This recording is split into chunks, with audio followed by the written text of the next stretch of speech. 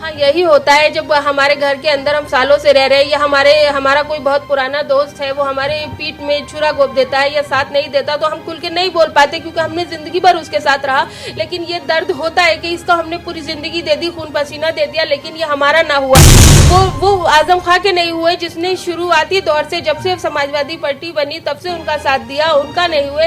वो इतने सालों जेल में रहे सिर्फ और वाहिद हमारे राष्ट्रीय अध्यक्ष आदरणीय बैरिस्टर असदुद्दीन ओवैसी साहब थे, जिन्होंने उनके लिए लगातार आवाज उठाई। उसके लिए उन्होंने गुप्त तौर से बोला, उन्होंने हमारी मदद करी है। हम नाम नहीं ले रहे हैं, उनका हम शुक्रिया अदा कर रहे हैं। हम समझ गए उन्होंने किसके लिए बोला। मदद, आवाज तो उठाई ना, यही तो सबसे बड़ी मदद होती है। एक पार्लियामेंटेरियन अपना पार्लियामेंट में खड़े होकर, उसके बाहर खड़े होकर आवाज उठा रहा है, वही तो सबसे बड़ी बात होती है, वही तो डेयरिंग काम होता है। कोई आवाज उठाता है किसी के लिए, कि अपने मेंबर ऑफ पार्लियामेंट ही थे ये अखिलेश, अब वो बन गए, एमएलए बन गए, लेकिन उन्होंने कभी आवाज नहीं उठाई। वो तो मुसलमानों के लिए भी आवाज नहीं उठाते, उनके तो कान बहरे हो जाते हैं, सवाल मुसलमानों के मुद्दे पे पूछे जाते हैं। तो इंशाल्लाह इस बार तो लोग बीजेपी को हराने के लिए उनके साथ आ गए थे, लेकिन ये खत्म है समाजवादी, अब कभी दोबारा वो सत्ता में नहीं आ पाएंगे।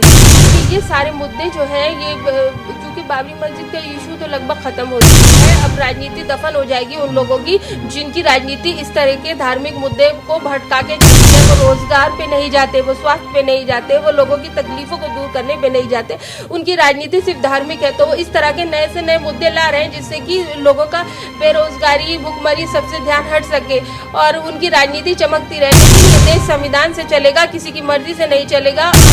अगर कोई ऐसा करता है तो हम भी अपने संवैधानिक अधिकारों को साथ लेते हुए अपना प्रोटेस्ट दर्ज कराएंगे और इंशाल्लाह ये हमारा लोकतांत्रिक देश है, हमें इंसाफ मिलेगा। डरने और घबराने की जरूरत नहीं है, सिर्फ हमें जागरूक और जानकारी रखने की जरूरत है कि हमारे क्या अधिकार हैं और क्या हमारी ड्यूटीज हैं हमारे देश के प्रति। देखिए, हमारी जो पार्टी है वो किसी को बोलने से रोकती है। हमारे ओवैसी साहब हार जीत तक भी नहीं देखते कि हार जाएंगे या जीत जाएंगे, वो फौरन आवाज उठाते हैं अगर उनको ऐसा लगता है कि ये मुद्दा आवाज उठाने के लायक है, ठीक है। और दूसरी पार्टियों में क्या होता है, एक प्रोटोकॉल होता है, एक गाइडलाइन होती है। जो पार्टी का प्रोटोकॉल गाइडलाइन होती है, हर लीडर को, हर वर्कर को उसी हिसाब से बोलना पड़ता है। तो जब उनकी पार्टी उनको इजाजत देगी तो ही बोलेंगे, इस तरीके से गुलाम है। हमारे यहाँ कोई गुलाम नहीं है, सब आजाद है, जिसको जो सही लगता है उस पर आवाज उठाता है। ये लोग तो गुलाम है, तो वो गुलामी कर रहे हैं, वो कैसे आवाज उठाएंगे? जब उनको ग्रीन सिग्नल मिलेगा तो वो बोलेंगे, इसलिए खामोश बैठे रहते हैं।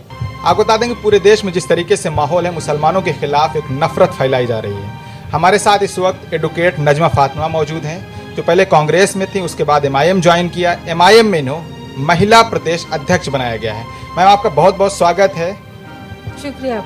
मैम, जिस तरीके से पूरे देश में माहौल ख़राब किया जा रहा है, मुसलमानों के खिलाफ नफरत फैलाई जा रही है, आप कांग्रेस में थी, फिर एमआईएम ज्वाइन किया, उसके बाद प्रदेश अध्यक्ष बनाया, आपको क्या फील करती हैं, कैसा महसूस करती हैं, क्यों आपने कांग्रेस छोड़ा? जो दूसरी पार्टियां हैं, चाहे कांग्रेस है, समाजवादी है, ये लोग वोट तो लेते हैं मुस्लिम्स का, लेकिन उनके लिए खड़े नहीं होते। एक ओवैसी साहब हैं जो कि बिना डरे, बिना सेकंड थॉट के किसी भी मुद्दे पे खड़े हो जाते हैं। तो मेरे को ऐसा लगा कि अब वो वक्त आ गया है कि हमें भी इनके साथ खड़ा हो जाना चाहिए, और यही सोचकर मैंने एमआईएम ज्वाइन करी। और ओवैसी साहब और शौकत साहब ने मुझे महिला प्रदेश अध्यक्ष की जिम्मेदारी दी, जिससे कि मैं ज़्यादा से ज़्यादा महिलाओं को जागरूक कर सकूँ राजनीति के बारे में और उन्हें एमआईएम से जोड़ सकूँ। जिस तरीके से इलेक्शन हुआ, इलेक्शन में आपको बुरी तरीके से हार मिली, क्या क्या कमियां रही हार की एमआईएम? हार की बहुत सी वजह रही, लेकिन मेजर वजह ये थी कि लोगों के दिमाग में था कि बीजेपी को हराना है, लेकिन वो ये नहीं जान रहे थे कि 20% हरा नहीं पाएंगे। वो ऐसा करने की उन्होंने कोशिश करी, उसीलिए उन्होंने एक तरफा वोट दिया। हमारी वजह से ज़्यादा यही वजह थी। और अब जब इलेक्शन हो गया है और बहुत सारे मुद्दे आ रहे हैं और सिर्फ ओवैसी साहब ही बोल रहे हैं, तो लोग जब हमें मिलते हैं तो ये कहते हैं बहुत बड़ी गलती हुई, हमें एमआईएम के साथ ही जाना चाहिए था। के साथ जाना चाहिए। इस तरीके से मुसलमानों में ख़ास तौर से कहा जाता है कि महिलाओं को, औरतों को आज़ादी नहीं दी जाती, वो पॉलिटिक्स में नहीं आती, उनकी एजुकेशन अच्छी नहीं है। इन सब के लिए आप चूंकि महिला प्रदेश अध्यक्ष हैं एमआईएम की, तो आप उनके लिए क्या क्या कार्य कर रही हैं? मैं महिलाओं को राजनीति से जोड़ने के लिए महिलाओं की राजनीतिक जागरूकता करके कार्यक्रम चला रही हूं, जिसको हमने 11 तारीख को गाजियाबाद से लॉन्च किया था। गाजियाबाद, हापुड़, संभल, मुरादाबाद, बरेली होते हुए लखनऊ तक आ गया है कारवां, और भी ये मिर्ज़ापुर और वगैरह जगह पे हमारा कार्यक्रम है। तो मेन उद्देश्य हमारा ये है कि मुस्लिम महिलाएं, बल्कि सारी महिलाएं, खास तौर से माइनॉरिटी की महिलाएं जुड़े राजनीति से।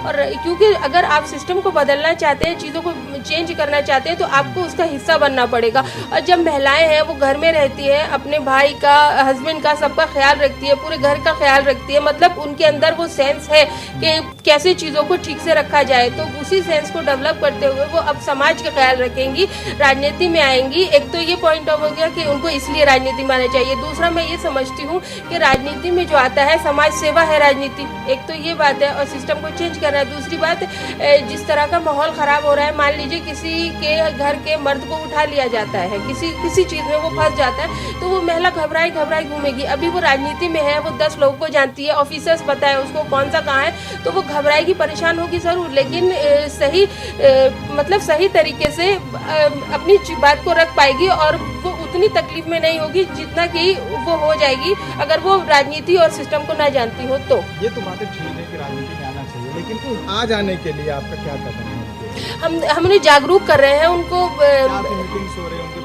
उनकी जागरूकता के लिए क्या सब साहब की तरफ से ऐसा कुछ कहा गया है? जी, ओवैसी साहब की तरफ से कहा गया है कि छोटे स्तर पर महिलाओं को जागरूक करके उनको जोड़ा जाए, और फिर इंशाल्लाह जब हमारा बड़ा संगठन हो जाएगा तो एक बड़ा हम सम्मेलन भी करेंगे, जिसमें हमारे राष्ट्रीय अध्यक्ष आदरणीय ओवैसी साहब भी तशरीफ लाएंगे।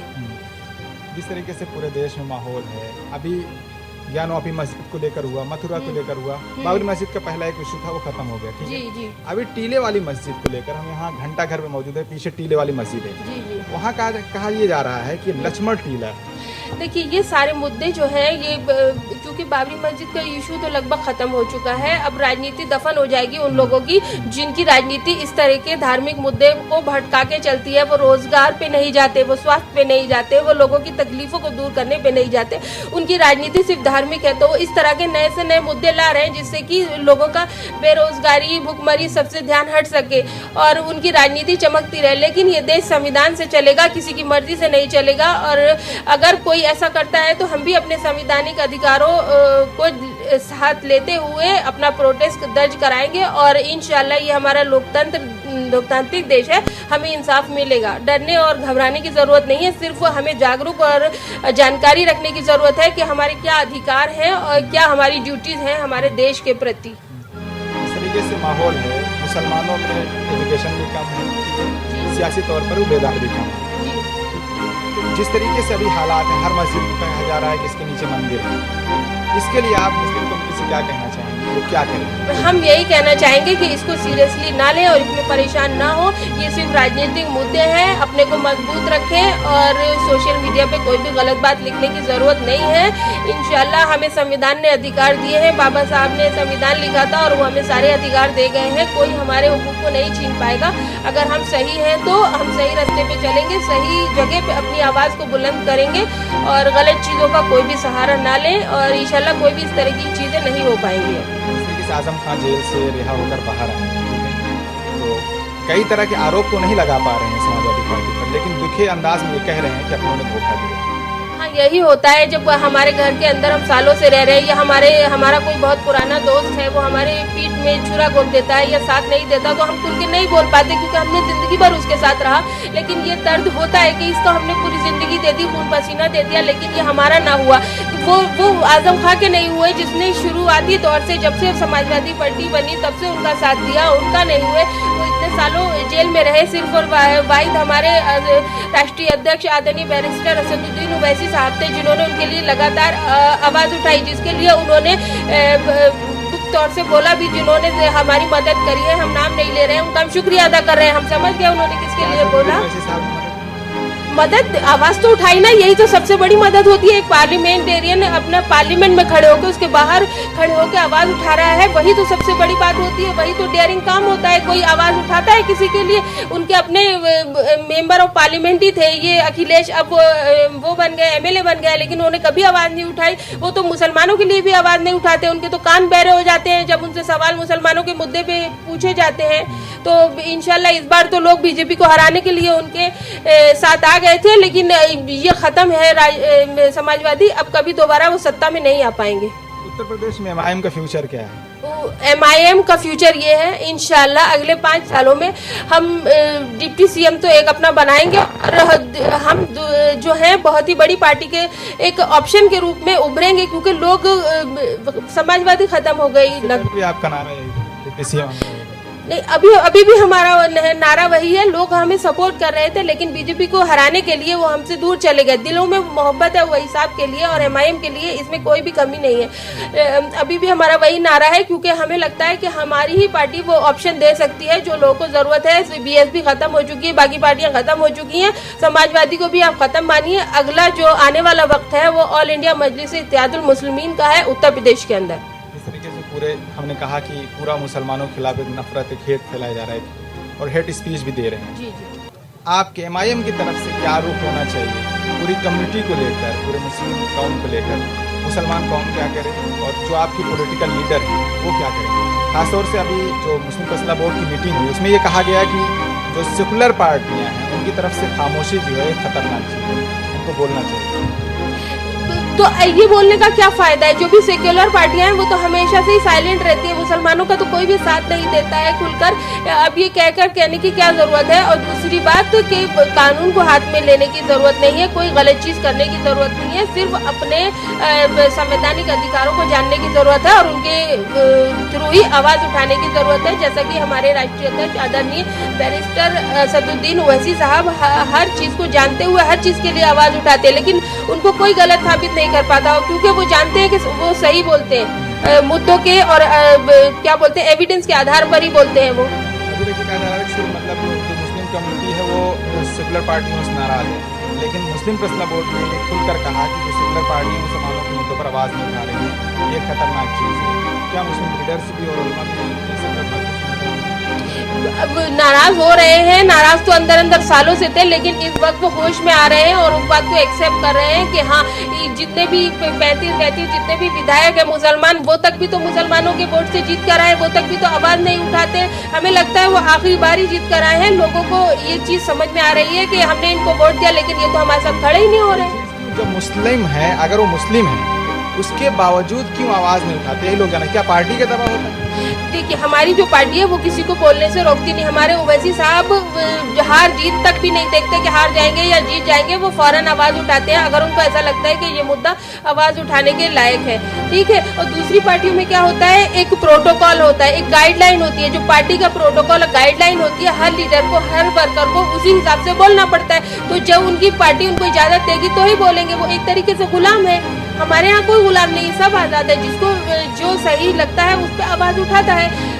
ये लोग तो गुलाम है, तो वो गुलामी कर रहे हैं, वो कैसे आवाज उठाएंगे? जब उनको ग्रीन सिग्नल मिलेगा तो वो बोलेंगे, मिलता नहीं है इसलिए खामोश बैठे रहते हैं। इस तरीके से पूरे अभी कर्नाटक में इलेक्शन होने वाला है, गुजरात में इलेक्शन होने वाला है और महाराष्ट्र में होने वाला है, क्या आगे पार्टी हाथ में इलेक्शन? गुजरात और महाराष्ट्र में तो हमने सुना है कि ओवैसी साहब ने किया है, बाकी और हमें अभी आइडिया नहीं है इस बात का खुलकर। असद साहब ही मतलब इस बात का अनाउंस करेंगे। और जो ये मुद्दे उठ रहे हैं ये इन सब स्टेट में इलेक्शन को देखते हुए ही उठ रहे हैं। जो कुछ हो रहा है मतलब जी जी जी जी जी जी इलेक्शन को देखते हुए, क्योंकि मीडिया, सोशल मीडिया इतना ज्यादा है कि एक जगह भी कोई चीज होती है वो पूरे देश में 1 मिनट के अंदर फैल जाती है। तो होता एक जगह है, असर दूसरी जगह जाता है। उन्हीं इलेक्शन को देखते हुए ये सारे मुद्दे उठाए जा रहे हैं। चलिए, आपको बहुत बहुत शुक्रिया नजमा जी हमसे बात करने के लिए। आपको बता दें कि इस वक्त ये हम एडवोकेट नजमा फातिमा है, जो इससे पहले कांग्रेस में थी, एमआईएम ज्वाइन किया, इन्हें महिला प्रदेश अध्यक्ष यूपी का बनाया गया है, जो लगातार कार्य कर रही हैं, अलग अलग जगहों पर अपना कार्यक्रम करती हैं, मुस्लिम में एजुकेशन जागरूकता के लिए काम करती हैं और पॉलिटिकल जो मुसलमानों में पॉलिटिक्स में लोग बाहर जाते हैं, चाहे नौजवान हो, चाहे महिला हो या लड़कियां हो, जो पॉलिटिक्स में नहीं आती, उनके लिए भी एक जागरूकता का काम कर रही हैं।